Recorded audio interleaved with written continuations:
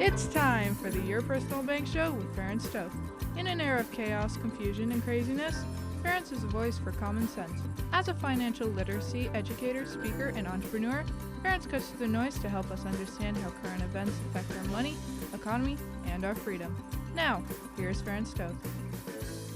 Welcome to the Your Personal Bank Show. This is Ferenc. And the first thing I have to say is I want to thank the response that I have received from last week's show. I have had one of the largest and most positive responses I've heard probably in almost any show I've ever done. And if you missed it, I'm going to really encourage you to go to yourpersonalbank.com. That's my website.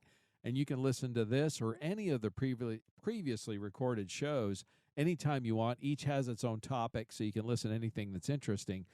But I discussed last week how the division that we have in America is really not left, right, Republican, Democrat, or anything like that.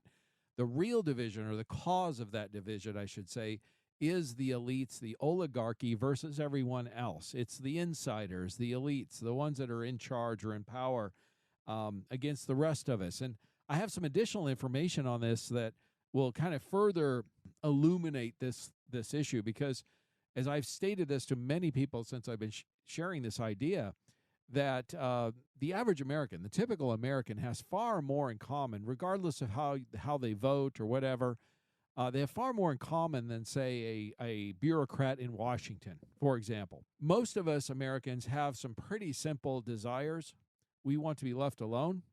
We want to raise our families, pursue our careers, businesses, whatever. We want some safety, secure borders, for example, low crime. We want the government to do their job to allow us to pursue our lives and enjoy our freedoms relatively unimpeded. That's really what most people want. But of course, your typical Washington bureaucrat, your oligarchy, your elites, the wealthy, etc., tend to, especially in these days, that is exactly the opposite of what they want. They want more power, more control, more money.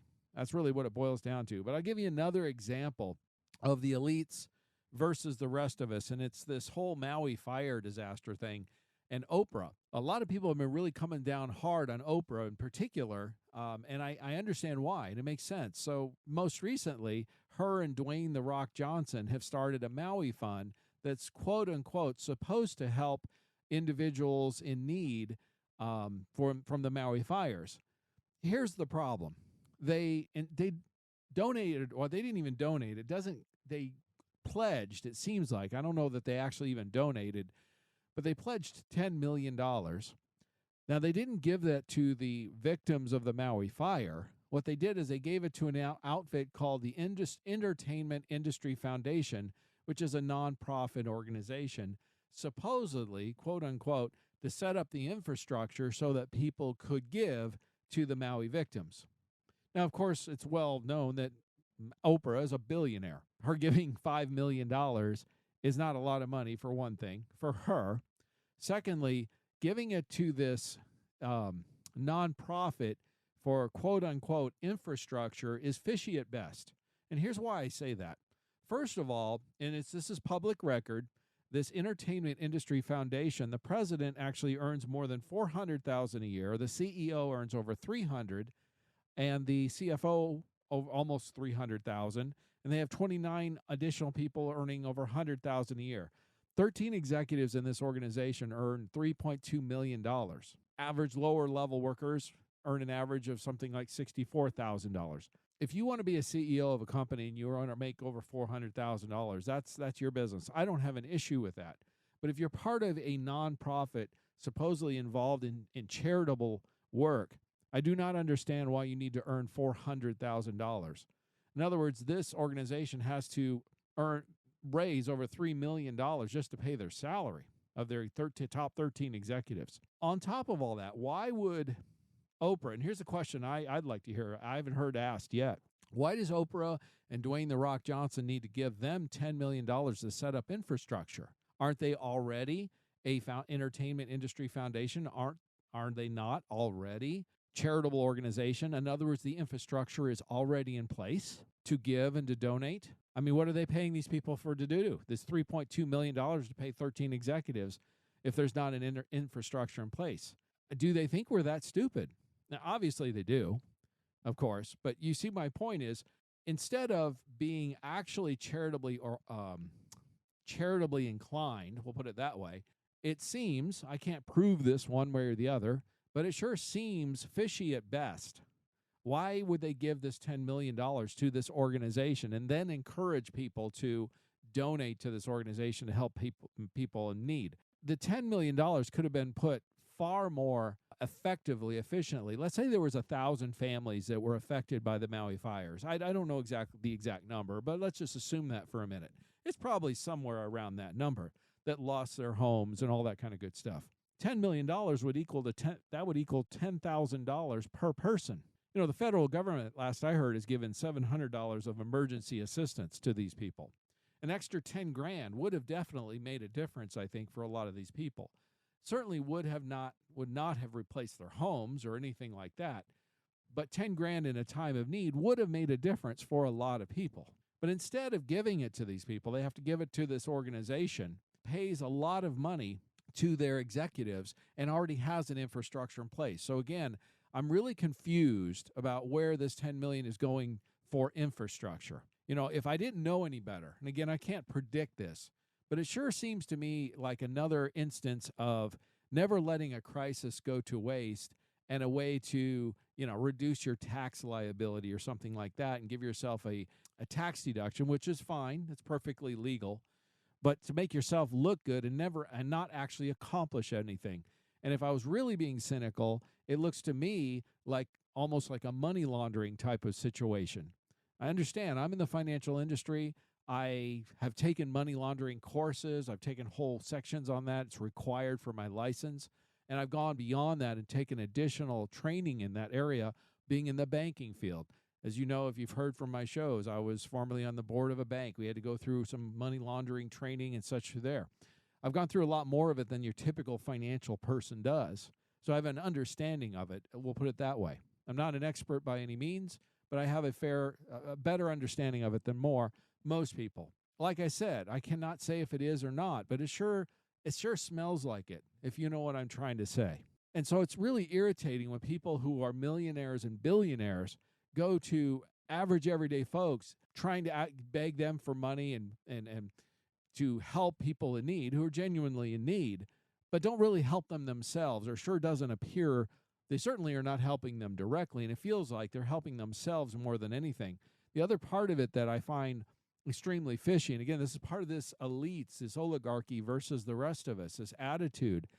I think this whole situation with Oprah and the personifies this. Apparently, Oprah hired a private firefighting group shortly before the fires happened. Now, is that coincidence? I don't know. Can't prove that either way. May never know. But it's just another red flag. It doesn't smell right. If you know what, it doesn't pass the smell test, right? But I'll give you another one that's even more direct. Apparently, Oprah owns something like a couple thousand acres in Maui. And last I've heard, I understand, she's not only not offered to allow people to stay on her land. Again, these people lost their homes. They lost everything. They need somewhere to stay, even if it's set up some tents, right? They need shelter. She's not offered to allow any of them to stay on any of her property. In fact, my understanding from what I've heard is she's hired private security to make sure people stay off of her property. Again, if you were charitably inclined, genuinely charitably inclined, wouldn't you offer, or at least make the offer, rather than hiring security to make sure people stay off your land if they were in need and maybe needed a place to pitch a tent, let's say? It's that kind of thing, that kind of attitude that, again, frustrates so many people and illustrates this whole idea of the oligarchy versus everyone else, the elites, the insiders. And again, those tend to be the people that are in media and in government and big business and academia. And I'm going to share some more things along this line, along with some solutions in this show as we go forward. But one last thing about Maui.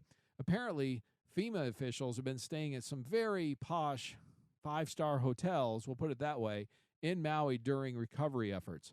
Apparently, some of these hotels are actually cost more per night the amount than the $700 that they've been giving in emergency assistance to the people that lost their homes. You lose your home through no fault of your own. There's a Maui wildfire. We've discussed in previous shows the causes of that. Much of it was caused by government, and frankly, there's can be no argument. There's lawsuits to this effect, exacerbated by government decisions. So in other words, made worse. These people that are part of the government, the elites, if you will, they're spending more per night in hotels than what people get who lost their homes. Somehow that just doesn't add up.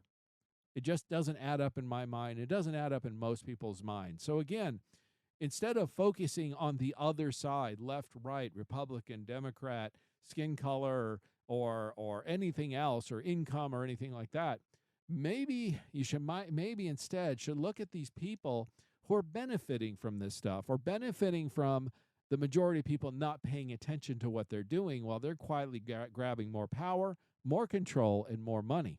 Now, until that happens, until a majority of Americans are educated, Thomas Jefferson and the Founding Fathers, many of them stated, you'll be able to hold on to this representative republic as long as you have an educated population, an educated citizenry. Until we get to that point, that's the ultimate solution, by the way. Have 51%, the majority, be educated and realize these people are not looking out for our best interest. They don't care about you and I. They're not there to help you or take care of you. Yet the one thing they want from you is for you to vote for them and support them and donate to their campaigns.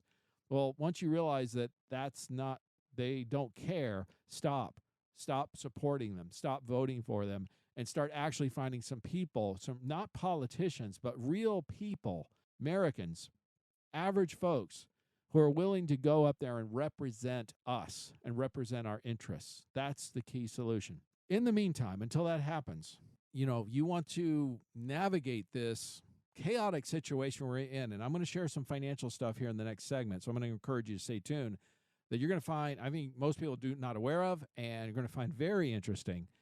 I do believe things are going to get worse before they get better. I will also believe they can get better. But in the meantime, you want to navigate this chaos, guarantee your money, reduce market risk, reduce your taxes, increase your rate of returns. Yes, I said that. We have accounts that are increasing rates of return, guaranteed, safe, tax-free. And you want to increase the amount of liquid monies you have available to live on as inflation continues to go on. Contact me at yourpersonalbank.com or 866-268-4422. And yes, you'll get to talk to me, Ferenc. So again, it's yourpersonalbank.com or 866-268-4422. Stay tuned in the next segment. We're going to go into more of this. I think you're going to find it extremely interesting. Stay tuned for more common sense from Ferenc. For more information, contact Ferenc at 866-268-4422 or yourpersonalbank.com. That's 866-268-4422.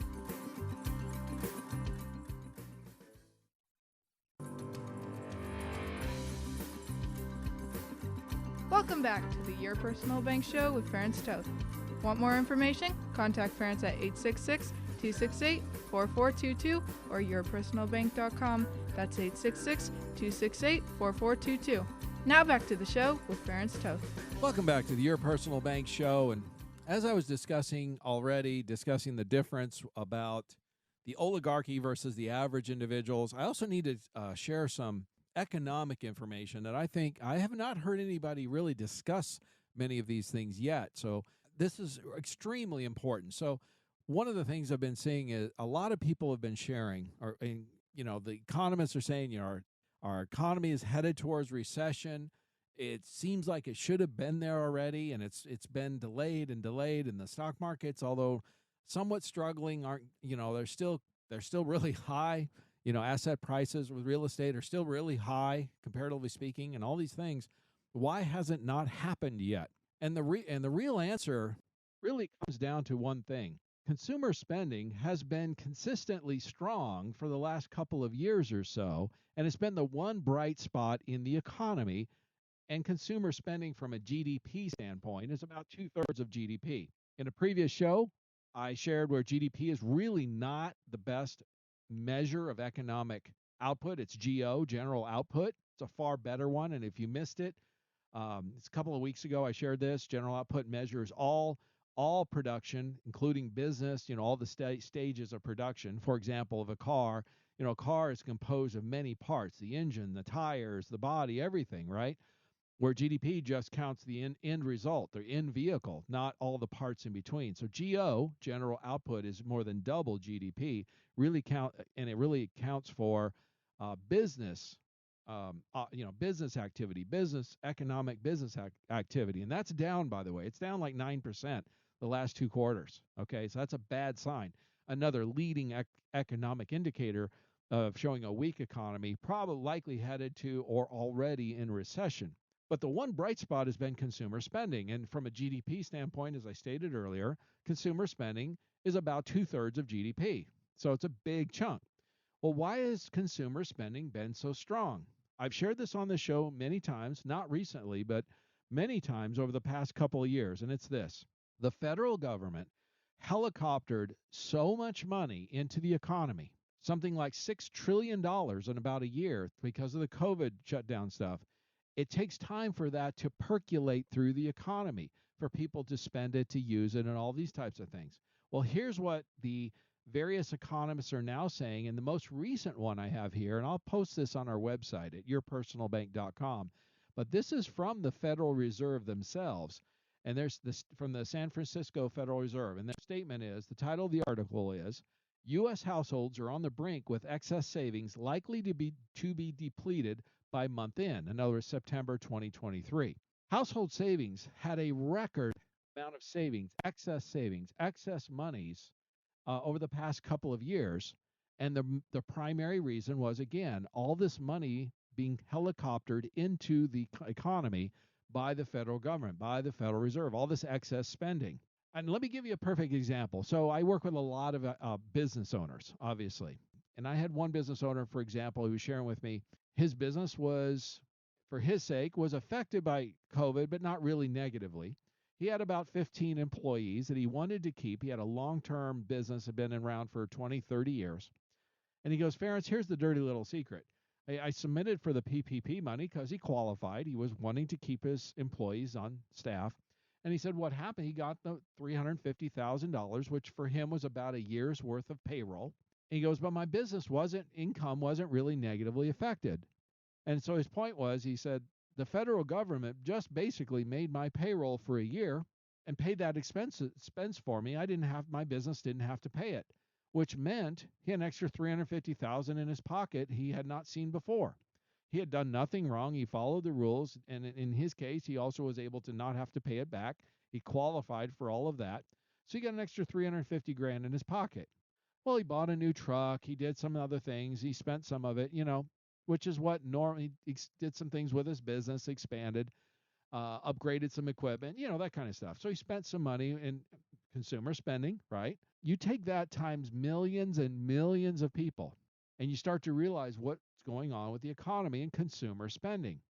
Well, like the San Francisco Fed and others have stated, the best estimates they have is this excess savings is running out in September of 2023. If the one last bright spot in the economy is consumer spending, a big part of the strong consumer spending is a result of this excess savings that was helicoptered into the economy. What do you think is going to happen when these people run out of this extra savings? Well, they're going to stop spending the extra.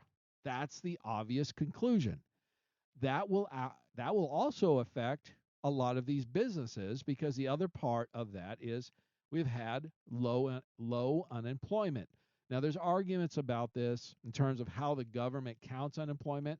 There's a lot of people that have just stopped looking for work because the government continues to pay them for not working.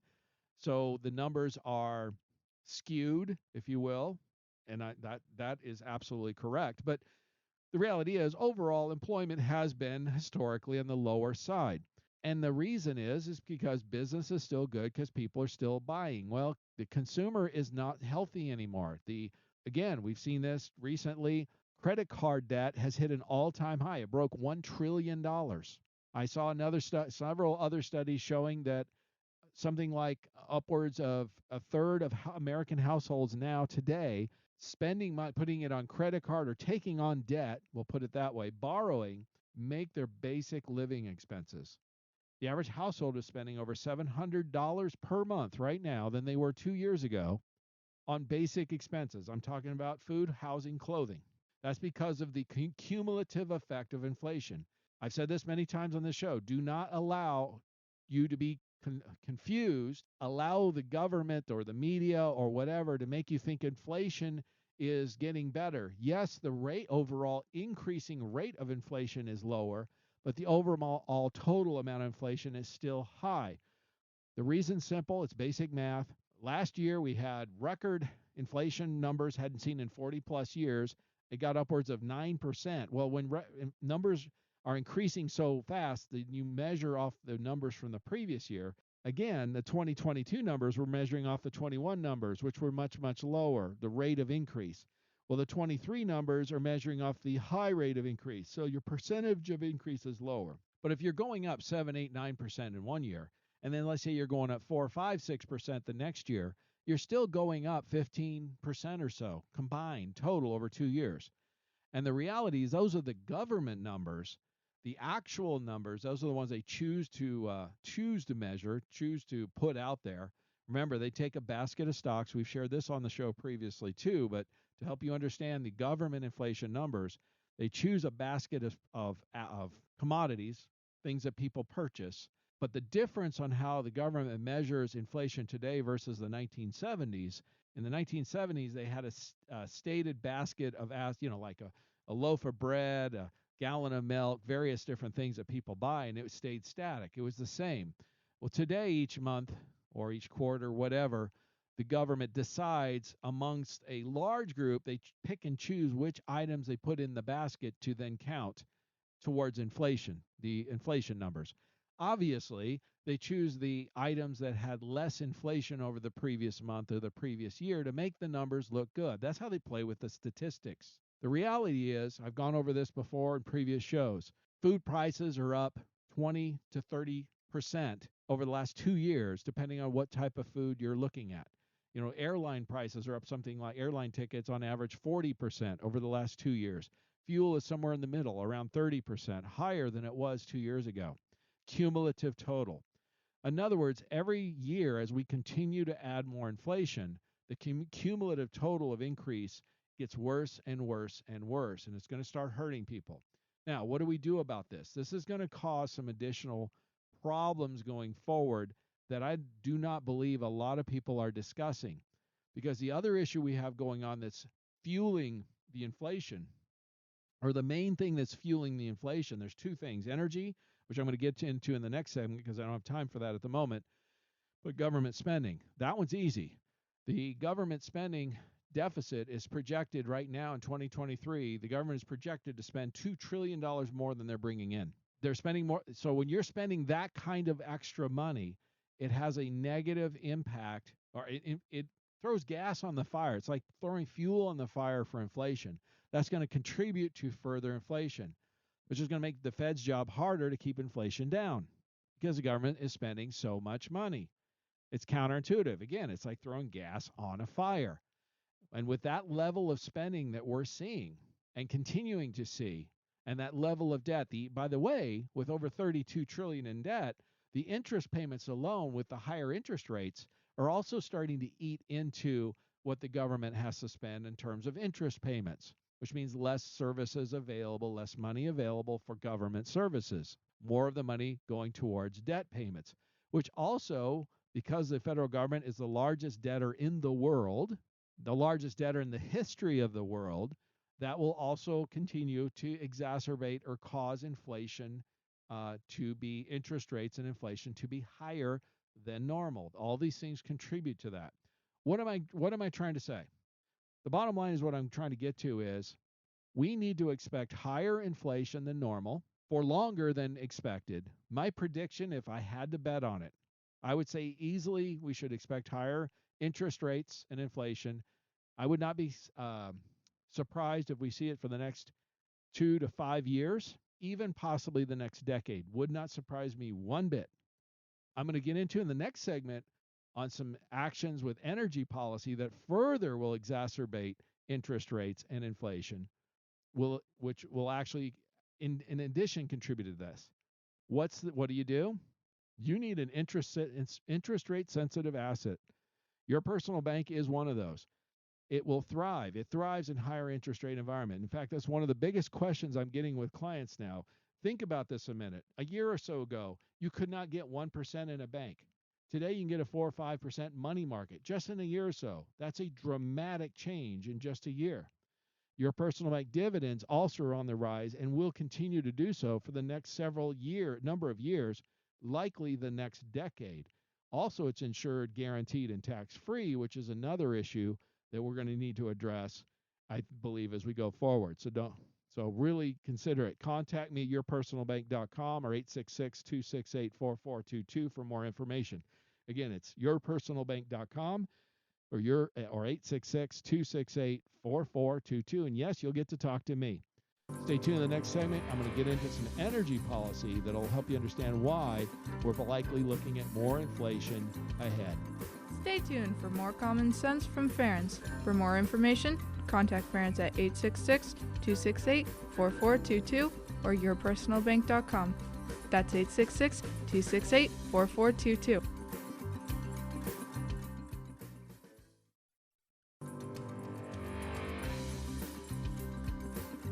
Welcome back to the Your Personal Bank Show with Ferenc Toth. Want more information? Contact Ferenc at 866-268-4422 or yourpersonalbank.com. That's 866-268-4422. Now back to the show with Ferenc Toth. Welcome back to Your Personal Bank Show. This is Ferenc, and I was sharing a lot of stuff in the last segment about inflation, where I expect it to be. Bottom line is, expect higher inflation for longer than most people think because of high debt, higher interest rates, etc., those kinds of things. But I hate to be a downer. I'm not necessarily one of those. I'm usually a pretty optimistic person. But like I said, to ignore the realities of what's going on with all the leading economic indicators and all the things that are going on with the economy, it would just be a pure fool's errand. I would have to be just completely, I would just have to lie to you. And unfortunately, a lot of our legacy media does that. It's a lot of propaganda these days. It's not actually, they're telling you what an agenda of what they want you to hear, what they want you to know. Look, I look at it this way. Nobody's telling me what to say. It's just coming from my heart. I'm just trying to use some common sense, some experience, and I want to treat people like big boys and girls.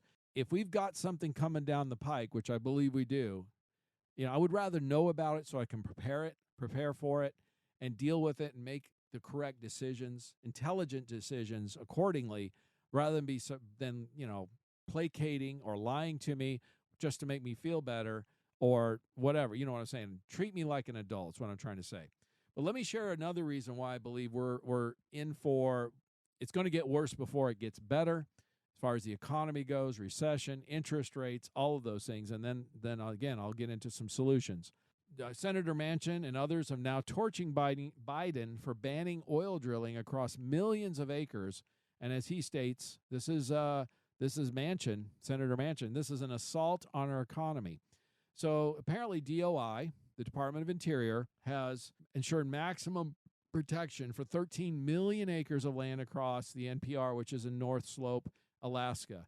Essentially, they've shut down all fossil fuel production in the Arctic. This will harm our economy. This will harm our energy security. This will harm our country. This is a national security issue. And it's also an economic issue. By canceling these leases, it removes acreage for future sales. It will increase the cost of fuel. And let me use this as an example. Let's just say your cost of just about everything we purchase in the grocery store, for example, that's a simple one, is shipped by truck. More than once, typically. I've used this example before, but I'm going to do it again. It's been about a year. Let's just take a loaf of bread. Just a real simple example of that. Well, obviously, a farmer has to plant wheat, right, which is usually planted by a tractor, which uses fuel. And then usually he has to plow the field, plant the field, and then harvest. So he's probably running over that field several times throughout a season just to produce that wheat. Well, once he harvests that, it's usually put into a truck and taken to a facility or grain elevator, maybe to store for a while. Then from there, it's going to be shipped by truck or train, typically, which again, more fossil fuels, to a processing plant or whatever to turn it into flour, right? From there, it's usually shipped by truck or train to a bakery, a commercial bakery, to make the bread. And then again, from the wholesale or commercial bakery, it's shipped typically by truck to the grocery store. And then, of course, you, the consumer, typically drive to that grocery store using fossil fuels to pick up that bread and take it home. In other words, that loaf of bread has gone through 3, 4, 5 different trips in the process of creating it, all of them relying on fossil fuels. Let's just say the cost of that bread, the cost of the transportation for that loaf of bread was 10%. It's probably that or more. I don't know, but let's just assume that for a minute. Well, if you double the cost of fuel, the transportation cost, you're going to increase the cost of that bread by another 10%, maybe 20%. And I stated earlier, we're already seeing bread is up 20, 30% from 2 years ago due to inflation and other reasons. So now you're talking about adding probably another 10% cost on that same loaf of bread, all within a 2 or 3 year period. But folks, it gets worse. The EPA, so this is is now put in regulations that would be catastrophic for the food supply. And here's what they're doing. They're putting out new emission standards that are significantly more stringent on heavy-duty engine operations. Now, it's going to affect more than 95% of trucking companies in the United States. In essence, it's going to force them to go to electric trucks for the most part, which, as these trucking companies point out, are 2 to 3 times more expensive. If we allow this to continue, the economic situation that we're looking at will become even more and more dire. Let me give you one more thing on energy. The Biden administration also has quietly reversed Trump-era rules that ban transporting fossil fuels by train. If you ban that, you increase the cost of shipping the fossil fuels. Now, I agree, shipping it by pipeline is the most efficient and cheapest way to move fossil fuels. But what did Biden do on the first day in office? He shut down the Keystone Pipeline and 10 other pipelines, by the way. That doesn't get a lot of attention in the media. On one hand, they're shutting down the pipelines. On the other hand, they're shutting down the ability for trains to ship liquefied natural gas. They're causing EPA is causing trucking companies to more than double their cost of trucks by forcing them into more electric trucks with far shorter ranges and far higher costs, which is going to significantly increase the cost of transportation. And they're cutting the overall ability for oil and gas leases straight up altogether. I mean, just banning it outright. The combined effects of all this stuff, serious bad news for our economy, folks. And I've stated this over and over again, but no one can argue this fact. Higher energy prices affect the poor the most. The poorer a person is, the more it affects higher energy prices affect them. If you're for green energy and higher energy, you want higher fossil fuel prices so that green energy overtakes it, you are against poor people. Full stop, period. There's no two ways about it. And the very thing that separates first world economies from third world economies, the number one thing is inexpensive, abundant, consistent sources of energy. That's why they're attacking us there, because that is the weak spot.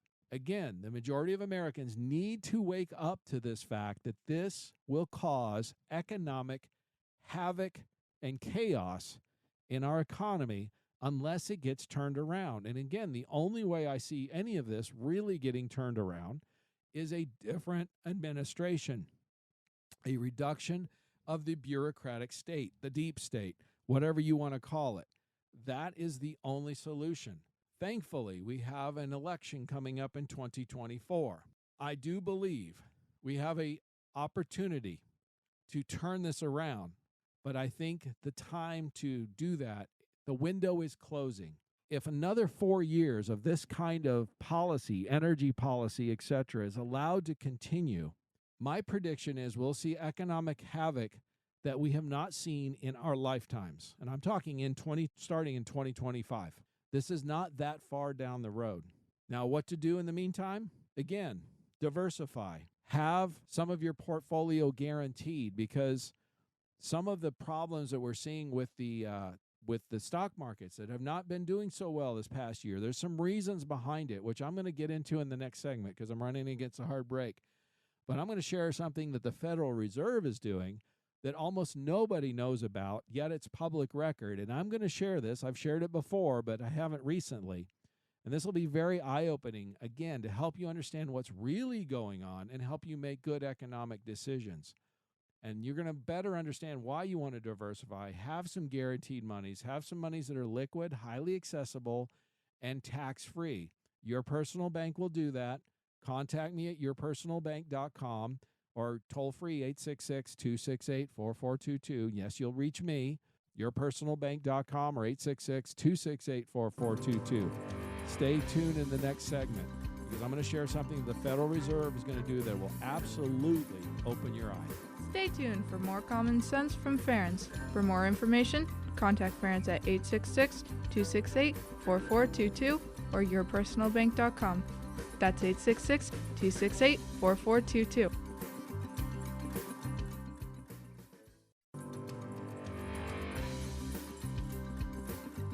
Welcome back to the Your Personal Bank Show with Ferenc Toth.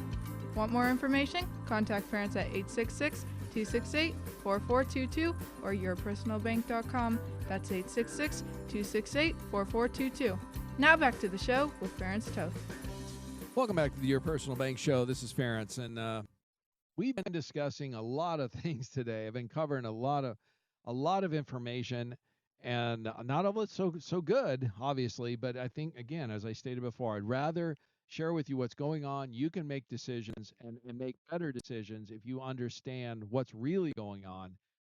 Because hey, we're big boys and girls here, right? We can handle it. So let me share something with you that I have not seen anybody that I can think of discuss, and that's the Federal Reserve.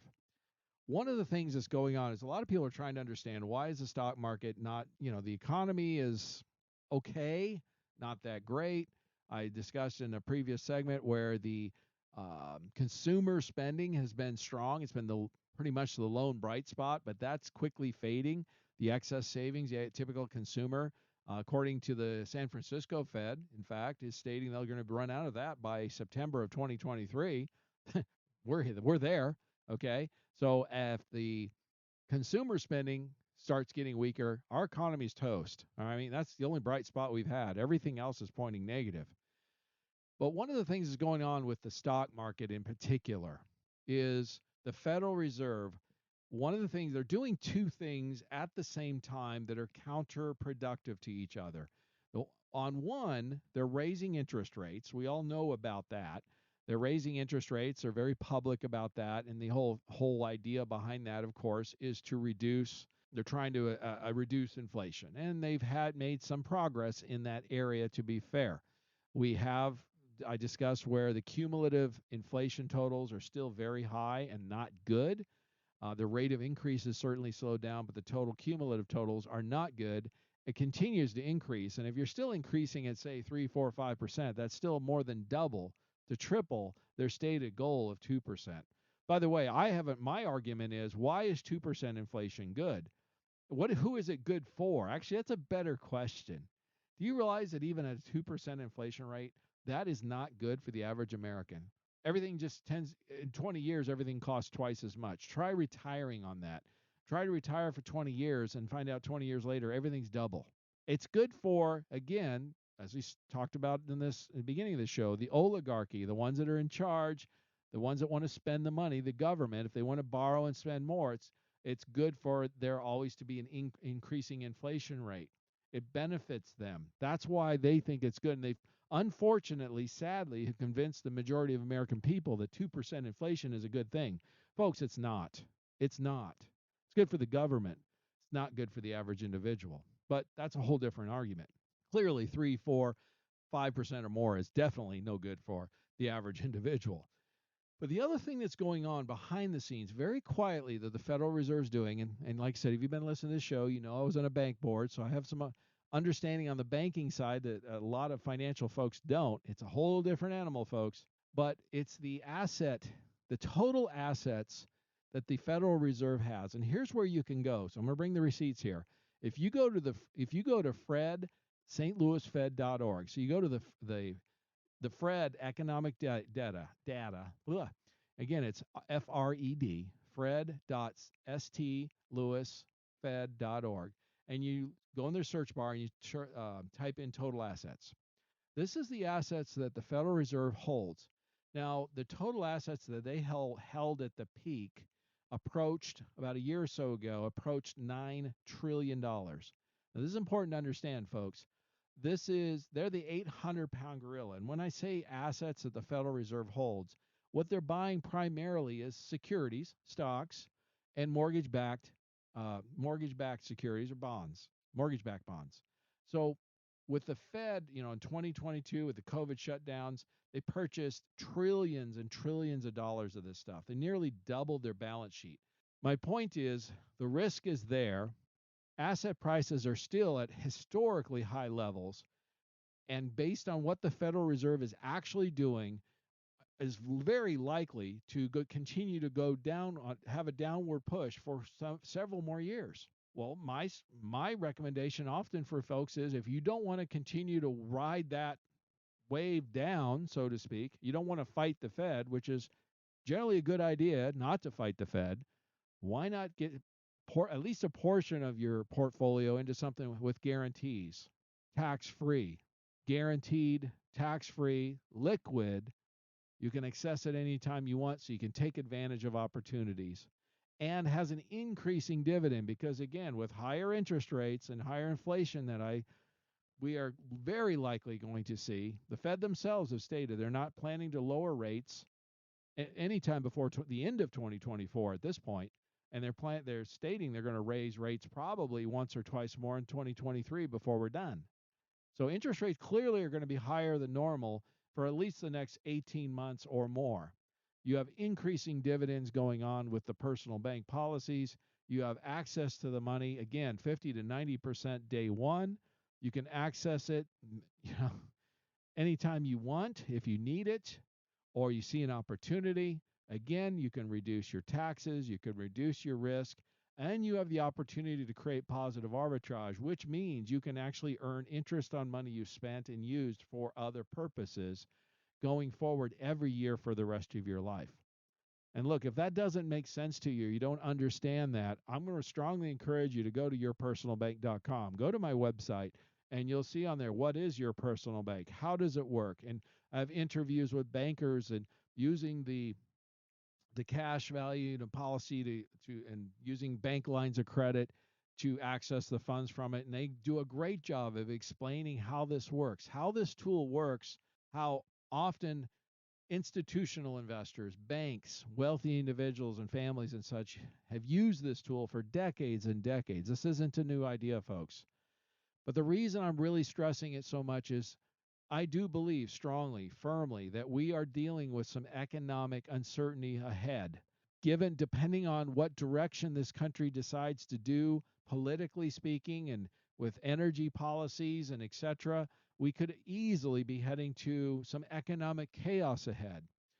Do I believe that we're going to see a total collapse? No, I don't believe that, because eventually, I do believe at some point things will get bad enough for enough people that they will vote accordingly. I still believe that. We'll see what happens. But my point is, it's very clear that the next 2 years are going to be rough, likely much rougher, and get worse economically. And again, depending on what happens in the 2024 election cycle, 2025 could get far worse. Again, if you have money available, liquid, guaranteed, you didn't ride the wave down, for example, tax-free, liquid, available, easy access to it. You can get the money within 24 hours, okay? Therefore, if you see an opportunity, you can then pull the trigger and take advantage of it, because that's the one last thing I want to leave you. The positive is this. In economic change, there's winners and losers. Opportunities will present themselves. And if you didn't ride the wave, the roller coaster, like everyone else, or most everyone else does, you don't have to participate, is what I'm trying to say. You can have your money available, dry powder, if you will, and be able to take advantage of those opportunities. So as always, I'm going to encourage you to contact me at yourpersonalbank.com or call me directly, 866-268-4422. Yes, you will reach me. I will be happy to talk to you. Again, it's yourpersonalbank.com or 866-268-4422. And as always, stay tuned to the Your Personal Bank Show for some more awesome information to help you make great financial decisions. And as long as it's on our money, in God we trust. Listen Tuesdays at noon and Saturdays at 1 to the Your Personal Bank Show for more information. Contact Ferenc at 866-268-4422 or yourpersonalbank.com. That's 866-268-4422. This show is designed to provide accurate and authoritative information. The presenter and guests of this program do not engage in legal, accounting, or tax advice. Professional advice regarding your situation should be sought if required. Some products discussed may have limitations and not be available in all states. Excessive unpaid loans may affect performance. Distributions may become taxable if not managed properly. Replacements may not be suitable for everyone. There may be charges when replacing coverage. Dividend rates and bank line of credit rates may change. For current rates, contact Ferenc at 866-268-4422 or yourpersonalbank.com. Again, that's 866-268-4422 or yourpersonalbank.com.